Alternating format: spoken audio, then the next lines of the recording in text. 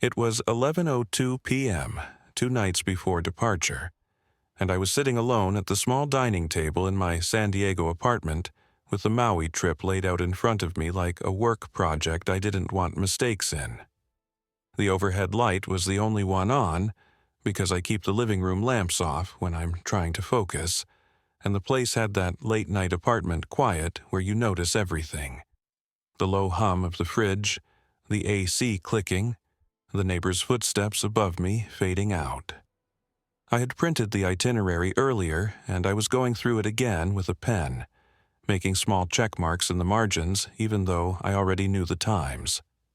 I had the American Airlines confirmations open on my laptop, 2 browser tabs for the flights there and back, and my email inbox pulled up beside them, sorted by date so the most recent messages were right at the top. On the table, under my left hand, was the villa confirmation in Wailea with the check-in instructions, and next to it was the car rental confirmation with the pickup location and a note about adding a second driver. I kept telling myself I was being thorough, not obsessive, and that there was nothing wrong with wanting the trip to go smoothly because I'd paid for it out of my personal checking account, and I didn't want surprise charges or last-minute problems.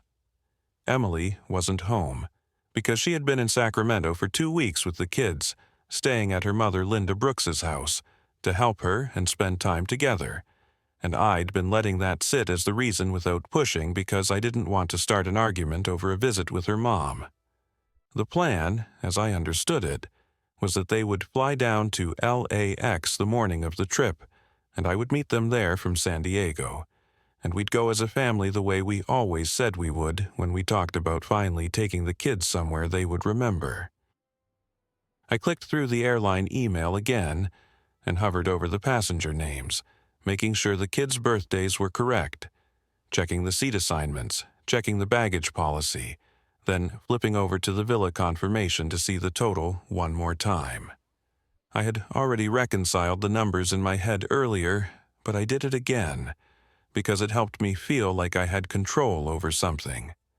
The booking confirmations were all clean and official, the kind that make you think everything is locked in and safe, and I found myself looking for any small thing that would prove I was worrying for no reason, because there was a low-grade tension I couldn't explain.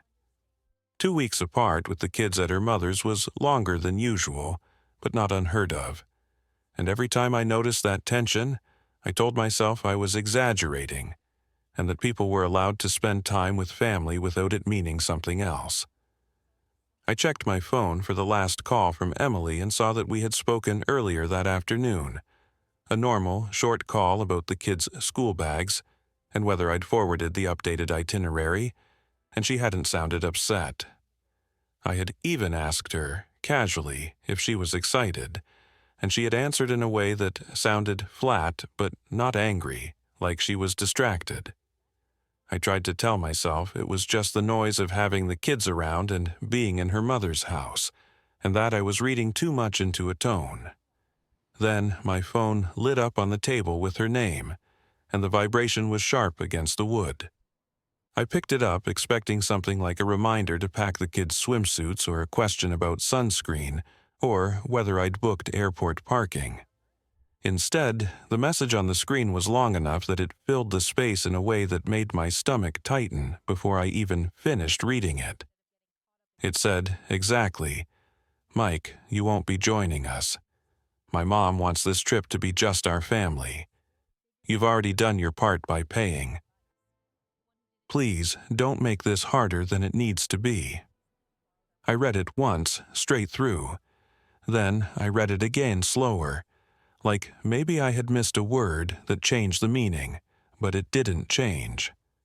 The line about just our family landed hard because I was her husband and the father of the kids, and there wasn't any way to interpret it that didn't place me outside of whatever she and her mother had decided counted. The line about me, already doing my part by paying, made it feel transactional, like my role was a payment method and not a person.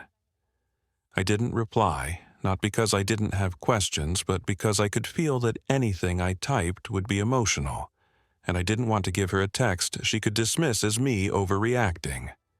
I set the phone down near the papers, screen up, and stared at it for a few seconds as if another message might appear that explained it or took it back. Nothing came.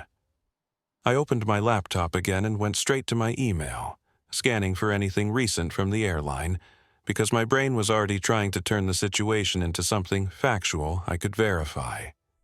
There was a new message at the top, time-stamped only minutes earlier, with a subject line that looked routine, final passenger list. I clicked it, and the body of the email was simple and clean, a list of travelers for the reservation. I counted them without thinking, 1 through 6, and the names were there in a block, including Emily, the kids, Linda Brooks, and 2 other adults I recognized as relatives she'd mentioned might join. I scrolled up and down once, then again, looking for my name in case it was separated out or listed differently, but it wasn't there at all. There was no Michael Carter anywhere, not even a typo that resembled it. The reservation number was the same one I had saved. The departure date was the same.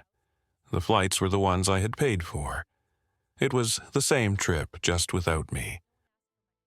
I didn't click any links, didn't try to modify anything, didn't call anyone at that hour, because I could feel that the decision had already moved past the point where a late-night scramble would make sense. I closed the laptop slowly, hearing the lid click shut, and placed my phone face down on top of it, leaving the papers on the table where they were. The next morning, I woke up before my alarm, the light already coming in through the blinds, and for a few seconds I had that brief, disorienting feeling where you forget why your chest feels tight.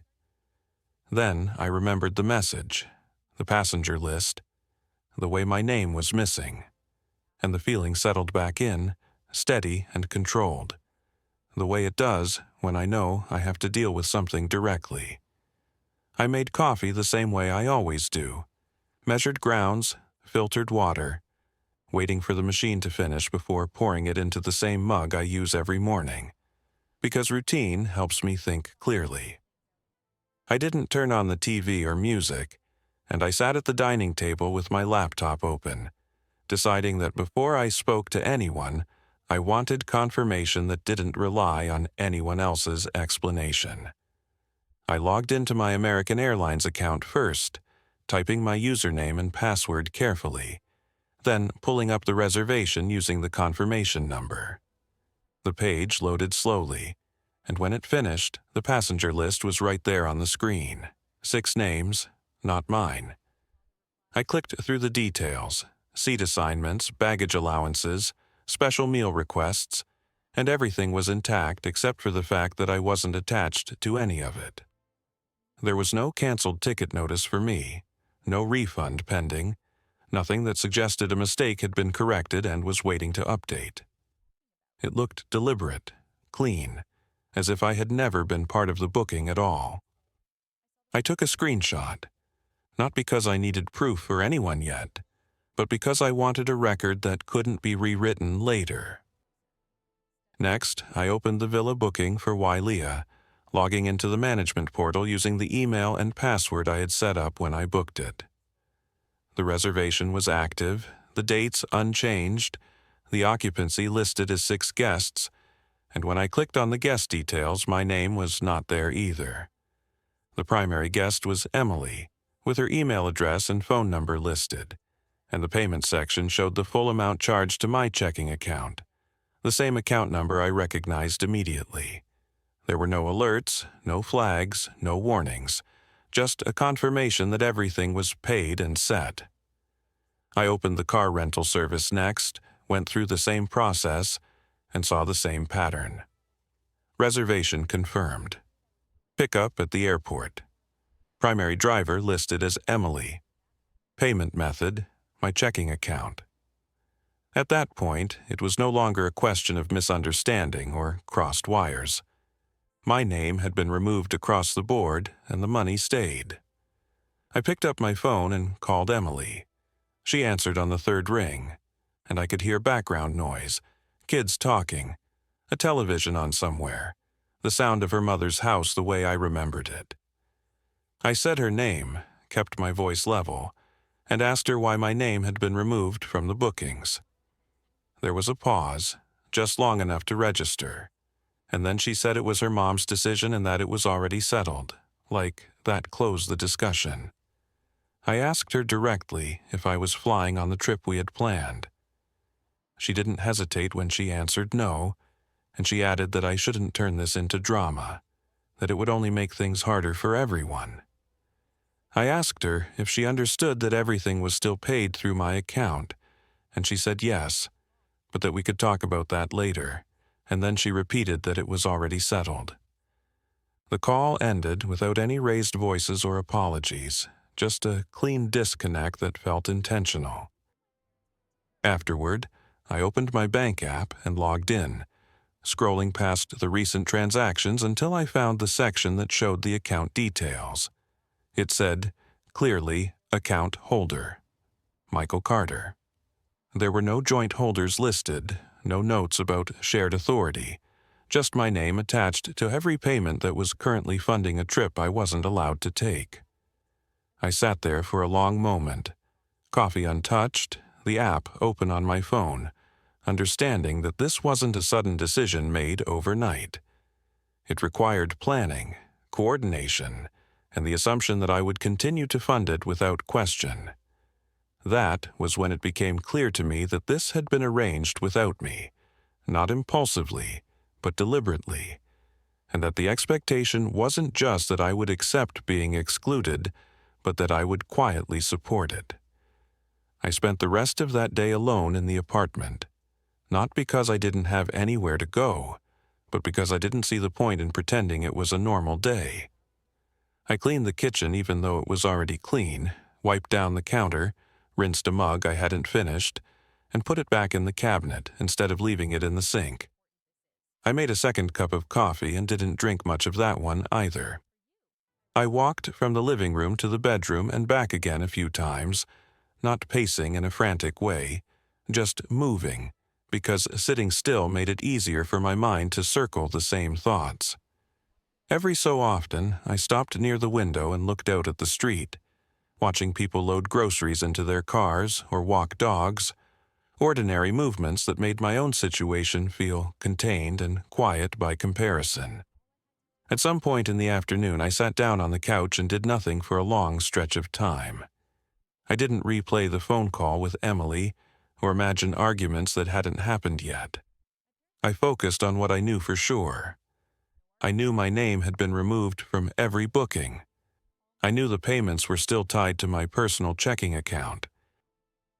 I knew I had been told directly that I was not flying, and that I was expected not to make this harder than it needed to be. I noticed that the longer I stayed with those facts, the less emotional they felt, like repetition was sanding the edges off them. That's when I understood that if I acted, it couldn't be impulsive. It had to be clean, timed, and limited to what was actually within my control. Later, I opened my banking app again, this time not to review transactions, but to go into the account settings. I scrolled through options I had never needed before, things I'd skimmed past in the past because they didn't apply to my life then. That's when I saw the option to freeze the account and lock transactions. It wasn't dramatic or hidden. It was a simple toggle with a short explanation underneath, stating that all linked payments would be paused until the account holder chose to unfreeze them. I didn't touch it yet. I backed out of the screen and set the phone down, because I wanted to be certain there was no misunderstanding left to clear up. I sent Emily one last text, keeping it short and neutral, exactly as I would if I were confirming a meeting time or a delivery. I wrote, "Just confirming, I'm not flying with you." I watched the screen until it showed that the message had been delivered, then set the phone down again. It took longer than usual for her reply to come through, long enough that I noticed myself checking the time. When the phone finally buzzed, her response was brief. "No, please drop it." There was no explanation attached. No acknowledgement of how that position affected anything else. It was final in the same way her message the night before had been final. I opened the calendar app and looked at the itinerary one more time. Not because I needed the details, but because I needed the timing. Their flight from LAX was scheduled for mid-morning, and based on the drive from Sacramento and the recommended arrival window, I estimated when they would be at the airport. I chose 8:15 a.m. It wasn't symbolic, it was practical. Late enough that they would already be there. Early enough that nothing could be rerouted easily. I set an alarm for the next morning and labeled it with the time, then turned the phone face down again. That night, I slept more than I expected to. When the alarm went off, I got up, showered, and dressed the way I normally would on a weekday, jeans and a plain shirt. Nothing that suggested I was about to do something unusual. I made coffee again and drank it this time, standing at the counter, watching the clock on the microwave count down the minutes.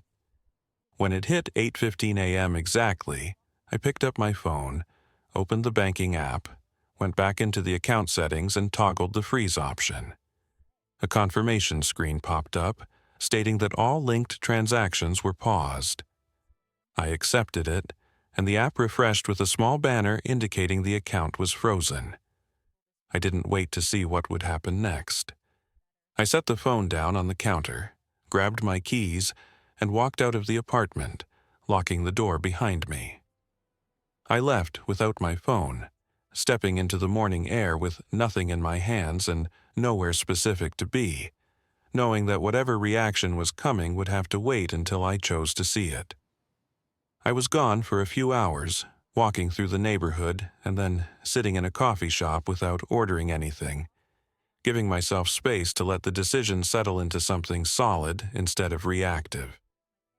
When I finally went back to the apartment, the place felt the same as I'd left it, quiet and still. And for a moment I considered continuing the day without checking my phone at all. I didn't do that. I picked it up from the counter, turned it on, and the screen filled immediately with notifications stacked on top of each other. There were missed calls from Emily, some close together, others spaced out, and text messages that had come in faster than the phone could group them cleanly. I didn't open them right away. I unlocked the phone and let it sit there for a second, just confirming that what I had anticipated was actually happening. The first text I opened was short and direct, asking why her card wasn't working. The next one came only minutes later, saying that the payment for the villa had been rejected and that she needed me to fix it immediately. Another message followed, this one sharper in tone, telling me that the rental car wasn't confirmed anymore and that they were standing at the counter with the kids while the agent explained that the reservation couldn't be held without payment. There were emails, too, automatically generated, with subject lines that matched the language she was using. Payment failed, reservation canceled, and action required to reinstate booking. I scrolled through them slowly, noticing the timestamps, the way everything unraveled in sequence once the account freeze took effect. None of it felt chaotic from my side. It was just a chain reaction. My phone rang again while I was reading, Emily's name flashing on the screen. I let it ring once, then answered, keeping my voice even. She started speaking immediately, telling me they were at the airport, that nothing was going through, that I needed to unfreeze the account because the kids were there, and this wasn't the time for problems. I waited until she paused, then said one sentence, the only one I had prepared, because it was the only one that mattered. I told her calmly that I don't pay for trips I'm not allowed to be on. I didn't raise my voice or add anything else, and before she could respond, I ended the call. I turned the phone to silent and set it face down on the table, exactly the way I had the night before, creating a physical boundary between myself and the situation unfolding somewhere else.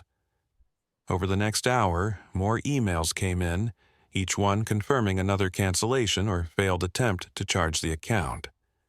I didn't open all of them because the pattern was clear enough. What I did open, eventually, was an email from the airline stating that refunds were being processed back to the original payment method due to non-payment and changes made at the airport. The language was neutral and procedural, listing amounts and estimated timelines. A similar email followed from the villa management company, noting that the reservation had been released and that any refundable portion would be returned according to policy. I watched the confirmations come through one by one, each one closing a loop that had been opened without my consent. The phone stayed silent after that, or maybe I just stopped noticing the vibrations, because my attention had shifted to the fact that the system was now doing what it was designed to do. Money that had been assigned to something I wasn't part of was reversing course and coming back to where it belonged. When I finally turned the phone over again, there was one last email at the top of the screen, subject line simple and final, confirming that multiple refunds were in progress and would be deposited back into my account. I set the phone down again and left it there, understanding that the consequences were no longer theoretical, but already moving forward without me needing to say anything else. Before I finish this, I want to pause for a moment and speak directly to you. If you've been listening or reading along this far, I appreciate you staying with the story. Situations like this look different depending on where you're standing, and I know people can see the same facts and come away with very different conclusions. If you feel comfortable, share your thoughts in the comments, how you see what happened, how you read the choices that were made, and where you think responsibility actually sits. And if this kind of grounded, realistic story is something you want more of, subscribing to the channel genuinely helps it grow and reach more people. There's no pressure, just thanks for being here and taking the time to listen all the way through. A few days after the canceled trip, Emily reached out again. This time, the tone was different, less urgent and more practical, like she was trying to reset the situation without acknowledging what had already happened. She asked if I could help cover some of the new expenses they'd put on a credit card after the Maui plans fell apart, mentioning flights they'd rebooked later and accommodations that weren't refundable. I didn't respond right away. I read the message once, then again later that night, and I noticed that nowhere in it did she say I should have been there, or that excluding me had been wrong. It was framed as a financial problem that needed solving, not as a breakdown in trust that needed addressing. We spoke in person after she returned. She came back to San Diego with the kids a few days later than originally planned, and we met in the apartment, sitting across from each other at the same table where I'd gone through the itinerary weeks earlier. The conversation stayed calm. There was no yelling, no accusations thrown back and forth. I stated the facts as clearly as I could. I said that I had been explicitly told I was not allowed on the trip. I said that despite that, my money was still expected to fund it. I said that arrangement was over. When she started to explain her mother's perspective again, I stopped her and said I wasn't discussing motives or intentions, only outcomes. I told her I wouldn't reimburse any of the costs they chose to put on credit after the freeze, because those decisions were made without me, and for a trip I had already been excluded from. That was when the reality of it seemed to land for her. Not in an emotional way, but in a logistical one. She asked what that meant going forward, and I told her it meant separating our finances completely. I opened my laptop and showed her how I was removing shared access, changing passwords, and closing the remaining points where my accounts were being used as a default. There was tension in the room, but it stayed contained, like we were both aware that crossing into something louder would only make things harder. She didn't agree with everything I said, but she didn't argue the mechanics of it either. When she left that evening, it felt less like the end of a fight and more like the acknowledgement of a line that couldn't be stepped back over. In the days that followed, I adjusted my routines. I redirected my paycheck to an account only I controlled. I updated automatic payments. I canceled the shared calendar events that no longer applied. None of it felt dramatic while I was doing it. It felt administrative, the kind of work you do when you're closing out a chapter that no longer functions the way it's supposed to. With the refunds processing back into my account, I booked a short solo trip for myself. Nothing extravagant, just a few days somewhere quiet where I wouldn't have to negotiate my presence. I did it without telling anyone, not out of secrecy, but because I didn't need permission or validation for it. Looking back over the month, the hardest part wasn't the cancellation or the confrontation. It was realizing how easily my role had been reduced to a payment source without discussion, and how normal that had seemed to the people closest to me. I didn't make a speech about it, and I didn't ask for an apology that might never come. I just adjusted my actions to match the reality I was being shown. I'm done paying to be excluded.